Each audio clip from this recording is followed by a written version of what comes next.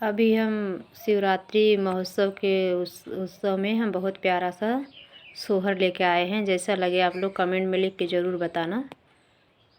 जय शिव शंकर, हर हर महादेव। मिलहु न सखिया सहेली रे, मिली जुली चलऊ, मिली जुली चलऊ हो सखिया बगिया में सुघरा महादेव दर्शन कई आई, दर्शन कई आई हो सखिया बगिया में सुघरा महादेव दर्शन कई आई, दर्शन कई आई हो। केथुआई कौन कर मंदिर, केथुआ से छाजन, केथुआ कछाजन हो सखिया कवने बरन क महादेव दर्शन कई आई, दर्शन कई आई हो।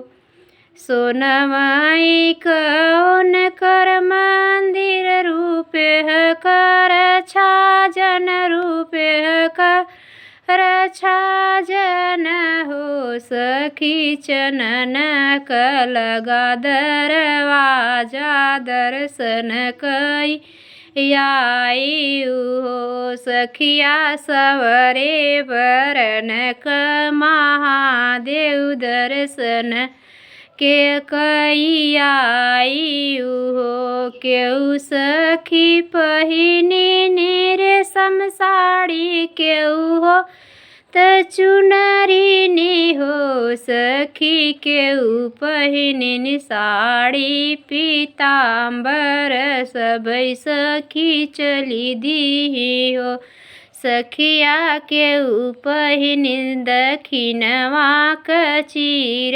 सबई सखी चली दी हो।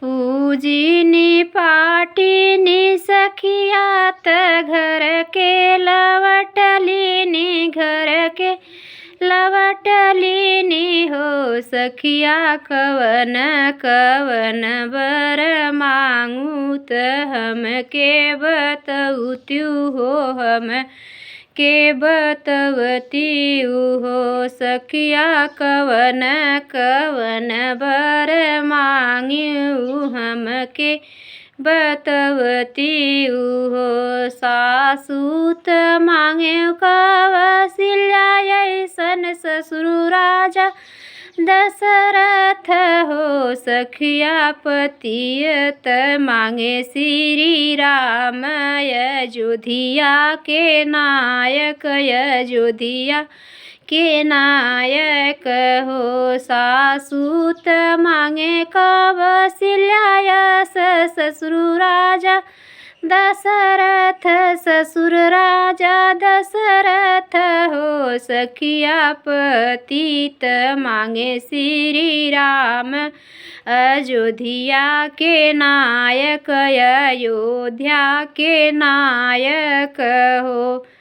मिलहु न सखिया सहेली रे, मिली जुली चलऊ, मिली जुली चलऊ हो सखिया बगिया में सुघर महादेव दर्शन कई आई, दर्शन कई आई हो।